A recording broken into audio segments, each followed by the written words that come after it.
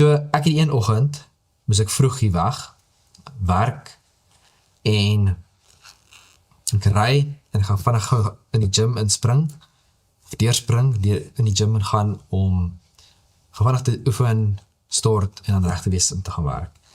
En die oggend, het ek 'n klein bietjie verslaap, so ek het nie tyd gehad om stilte te hê nie.